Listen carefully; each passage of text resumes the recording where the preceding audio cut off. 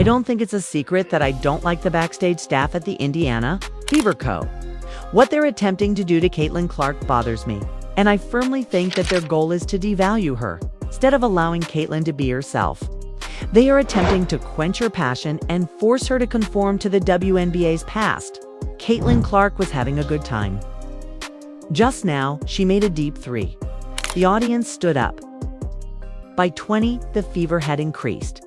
Then, in the middle of the jubilation, her own coach unexpectedly seized her.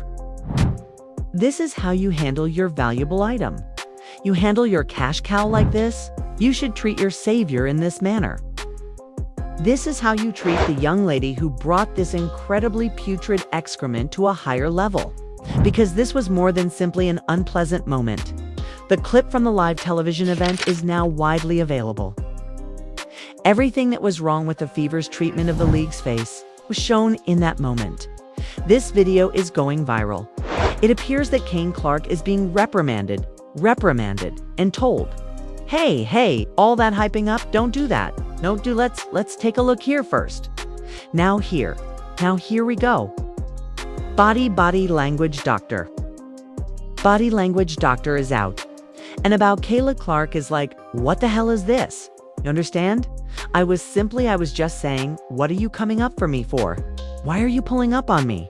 Just hyping up the crowd. You know, the crowd that's been dead because I haven't been on my game? And now I'm back on my game and I'm hyping them up and we're getting them into it, and it puts the opposing team on their back heel, you know? You guys aren't used to that? I apologize. What is the coach doing?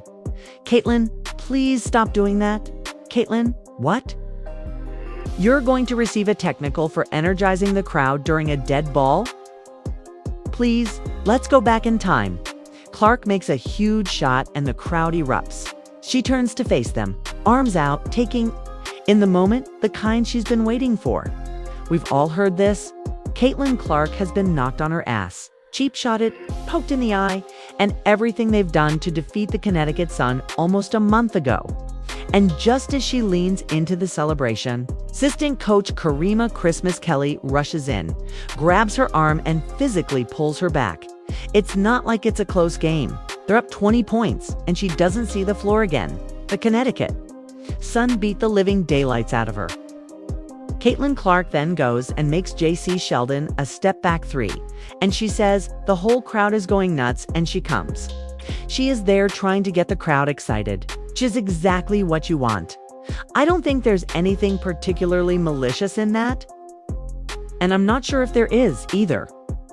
We don't know what was said, but it seems like you can't just grab a player without warning or words. You want to see this version of Caitlin? You want to see this player? If you watch what happens here.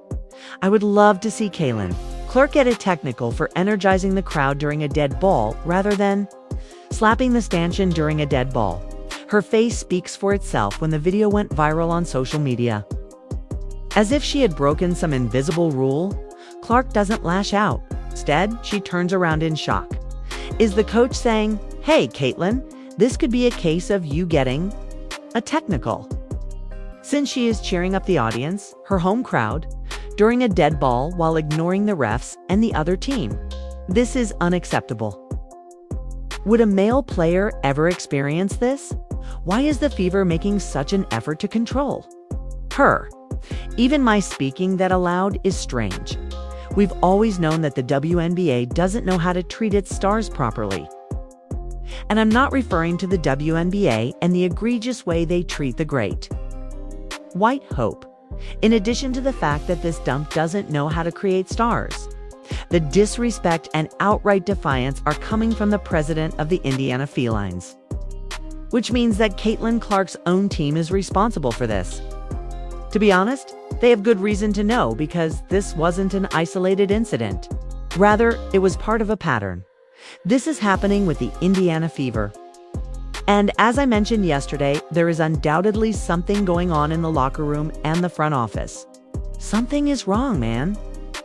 Clark is benched while warming up, gets iced out by teammates who act like passing is a favor, takes hard fouls without a whistle, and is now being physically prevented from celebrating her own success.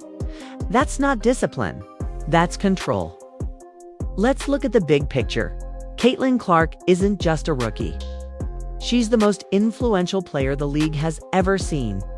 For example, in one game we had involving Caitlin Clark and the coaching staff and essentially another player. Caitlin Clark bowed down to tie her shoe up because she knew Natasha Howard wouldn't even pass her the damn ball. The Fever were worth $90 million.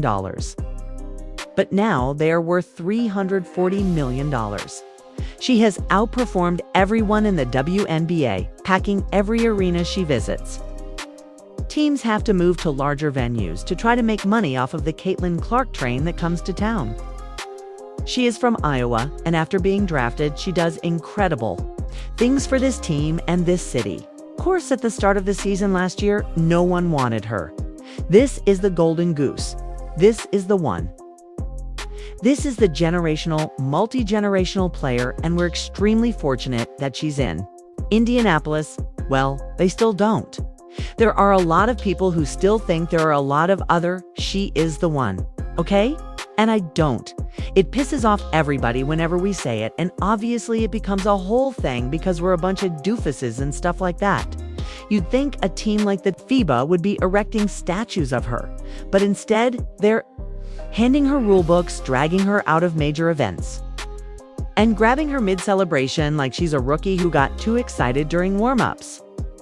This is not a franchise that people are emotionally attached to, and every arena she plays in is sold out. In some ways, her own team is treating her like a liability, not a star, not a leader, and not the reason they're even relevant. Fans are beginning to notice something that has been difficult to say aloud. The Fever didn't just stumble into generational talent. They're actively wasting it. That grab wasn't just physical, it was symbolic. I'm having a hard time understanding why you would butcher your cash cow. I'm having a hard time understanding why the Indiana Felines believe they are the draw and the star. Now, as I mentioned yesterday, I'm all for the veteran players. But at the end of the day, did we all forget that this is Caitlin's team? Well, I'm telling you right now, that whole situation is crazy in itself. Ever since Dana Bonner left, they've just made this thing into the Natasha Howard team, bro. They're making whole schemes around her, trying to make her the team's star. The reason she doesn't smile as much as she used to, and why the fire seems a little dimmer, is because every time she displays joy, someone tries to put out the fire.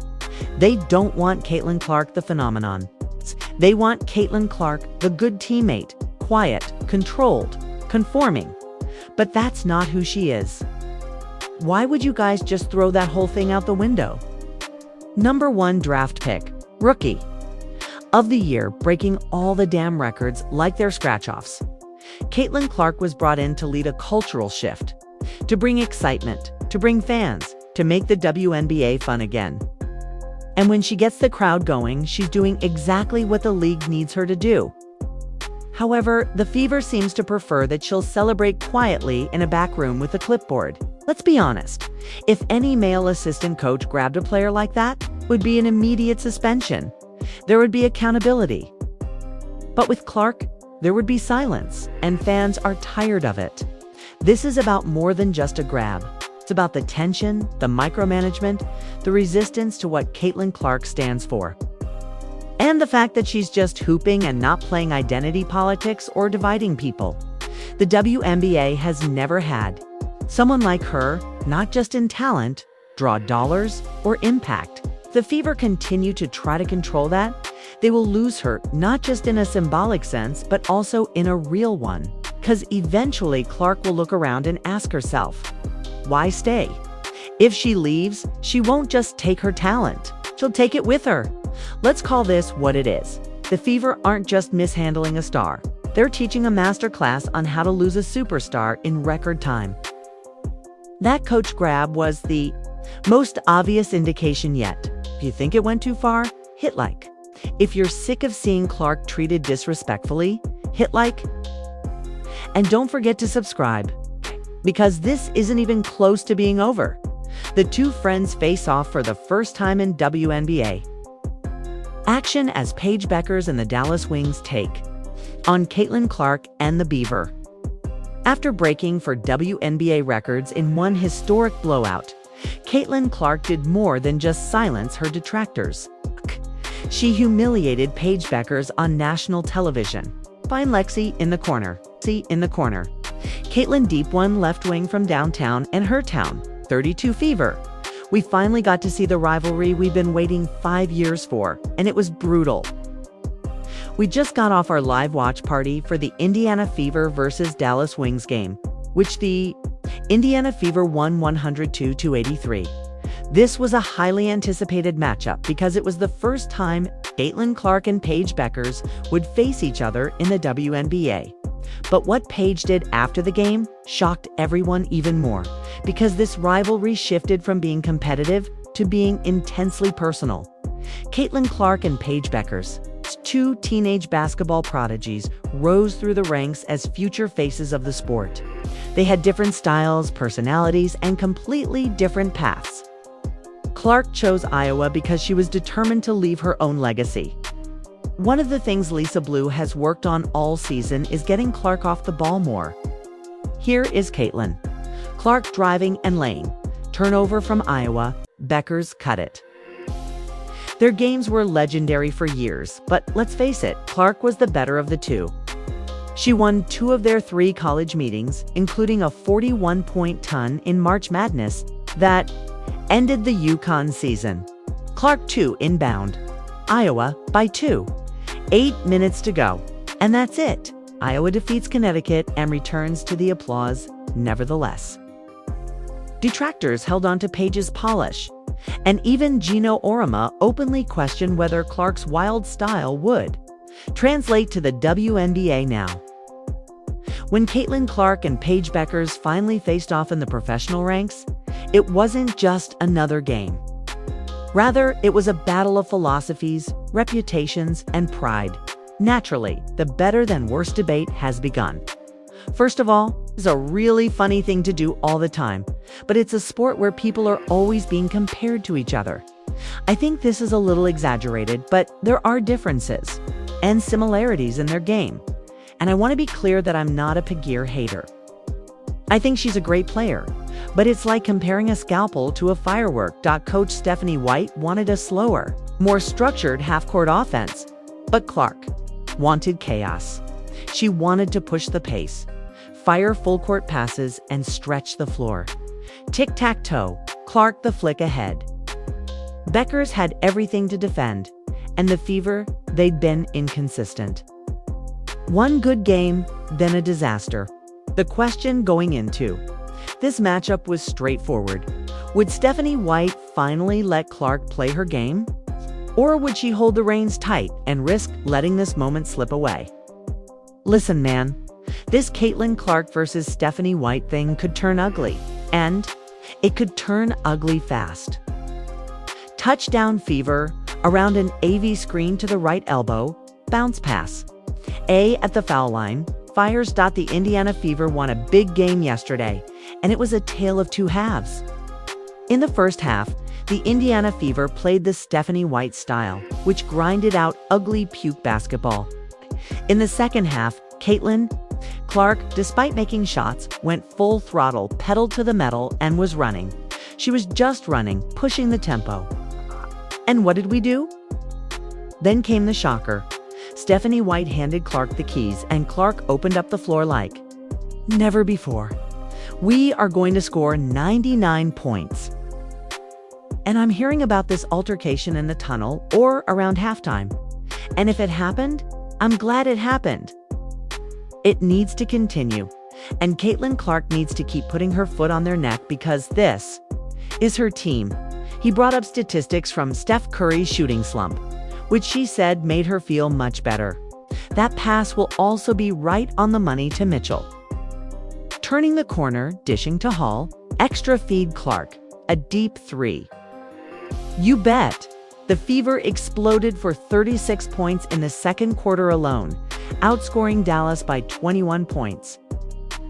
She managed the pace, directed the offense, and made the Wings look lost in transition. The Fever scored a franchise-high 64 points at halftime, And then Indiana arrived. Clark's vision created constant mismatches, and her teammates came alive. Kelsey Mitchell scored 20 points. Natasha Howard ran wild in the paint. And Aaliyah Boston became a force, converting every pass that Clark Federer made. Hole. Catch, fire. You bet. The Fever had a historic first half as Indiana scored 64 points. The ball movement was surgical, and Clark already had double-digit assists without even trying to force her shot. However, this wasn't just about the offense. Clark also contributed intensity on defense by picking off passes, anticipating moves, and causing chaos. It was dominance. It was leadership. It was a masterclass had-it bounce pass. Cookies in the Cookie Monster's shoes. Caitlin lays it in. Left side, she became the only player in WNBA history to record 14 points, 13 assists, and 5 steals in a game for the second time in her career when she recorded her 5th steal. No one else has ever done that. She was speaking with her player development coach yesterday as Beckers buried the jumper. Kezira kept it alive. Here's Beckers. A deep one is good. Paige Beckers from Caitlin Clarkland. She played well. Don't get it twisted. She shot efficiently and scored 21 points. However, her impact was subdued by the thunder of Clark's dominance over every square inch of the floor. Things became heated during the post-game press conference. When Paige was asked what went wrong in the second quarter, she responded bluntly, saying mostly just transition defense and us not getting back. The second quarter was a tough one, Paige. Just what were some of the things that you saw that caused the Fever to have such a significant margin? She didn't name names, but she didn't hold back either. She praised the effort of her own team and, consequently, gave Clark full credit without mentioning her name. When asked what it was like to play Caitlin, she remained reticent, saying, "Yeah, it's fun. We're two." She also mentioned that she might have crashed too many or simply not had two people back. Sprinting up to the ball instead of getting back, and on turnovers, they just got out and had easy offense. Competitors who want to win, great atmosphere, sellout crowd. I know you've been asked a lot about it, but now that you've finally faced Caitlin and the W, tell me about it. What was the atmosphere like going head-to-head today? Yeah, it's fun. Anytime we can compete against each other, we're two competitors who have grown up playing against and with each other. The atmosphere is fantastic.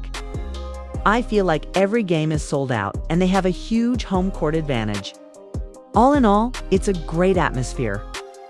I wouldn't say it's warm praise, but she played really well. She dominated. And it was just flat professionalism. Paige wasn't grinning. She wasn't kidding.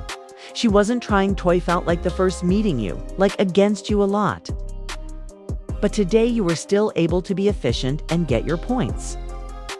How do you feel like they kind of guard you maybe differently this time compared to the first game? I feel a lot in the same way. Paige also replied that she's smart when reporters asked about turnovers, especially the ones Clark picked off. The rivalry wasn't based on friendship. And at that point, Paige Beckers quietly said, "I'm not here to clap for Caitlin Clark. I still feel like I could have handled the ball better, but to just making the right read out of the trap, out of them setting a double playing to that advantage. So more to him." Fans realized then that this was more than just hype. This is war. Let's face it, Caitlin. Paige Beckers was a bucket. But Caitlin Clark was the system, and that's what made this game more than a victory. Even though Paige made some slick mid-range jumpers, Clark was controlling the tempo, leading fast breaks, starting ball movement, and blocking passing lanes. In addition to scoring, she made everyone around her look completely outmatched. This was the Fever fully embracing Clark basketball. It was fast, flowing, and relentless, unleashing the version of themselves that fans had been pleading for. Coach White changed her system, and in doing so, she unlocked a monster. However, Paige's reaction tells us that this story is far from over. Her cold tone and refusal to play the media's praise game wasn't bitterness. That was a strategic victory. And a slap in the face to everyone who said Clark's style wouldn't work in the WNBA. So where do you stand? Is this the start of the greatest rivalry the WNBA has ever seen? Can Paige ever catch up? The stakes will be even higher the next time these two play. And don't get me wrong, Paige Bueckers will be coming for revenge. But after this performance, she'll have to come a lot harder because Caitlin Clark didn't just dominate a game. She redefined one. For more crazy moments like this one, hit the like button and subscribe. Team Paige or Team CC? Select on your side.